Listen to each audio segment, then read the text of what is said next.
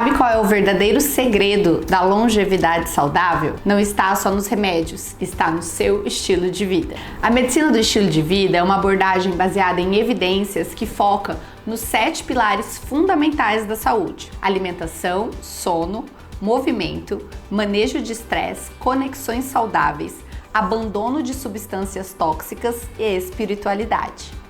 Estudos mostram que mudanças consistentes nesses pilares podem prevenir, tratar e até reverter doenças como diabetes tipo 2, hipertensão, obesidade, depressão e muito mais.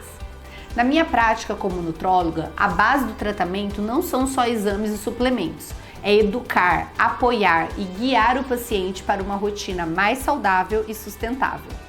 Longevidade não é viver mais, é viver bem, com energia, disposição e autonomia. E isso começa hoje, com escolhas simples, mas poderosas.